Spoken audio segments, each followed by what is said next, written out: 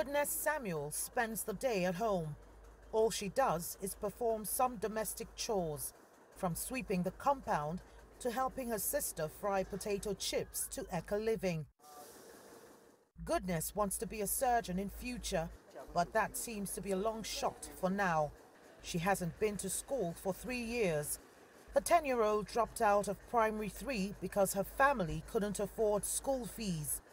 From this little potato frying business, they make just enough to feed themselves. One of the factors hindering her going back to school is because I'm a single parent and I don't have a husband to help me with some of these responsibilities.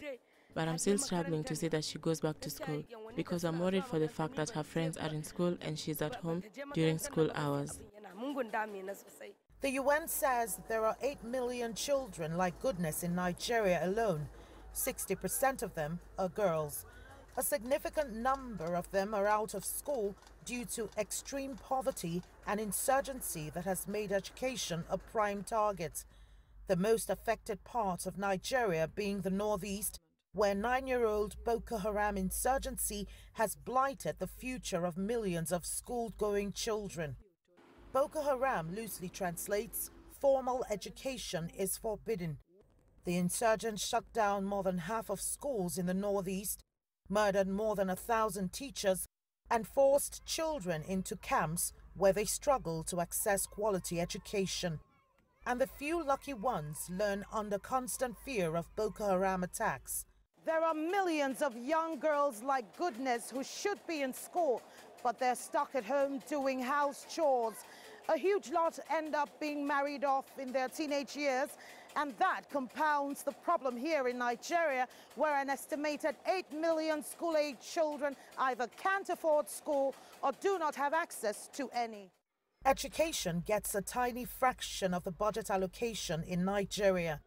President Buhari's administration has persistently allocated an average 7% of the total budget to fund education. That's 13% lower than recommended by UNESCO. Government must stop playing politics with education. Government must learn how to prioritize our either the selection of the priorities and make education to become sincere and very honest with education. And even when they bring out the budget, which does not meet the 26% of UNO, the little one they bring out, let it not end in the lion's belly. Let it be utilized religiously for what it is meant for. Nigeria has been implementing a plan to achieve universal access to basic education since 1999 with little success. Almost 2 decades on, access to school is still a dream to millions of children in the country. Kelechi, Emekalam, CGTN Abuja, Nigeria.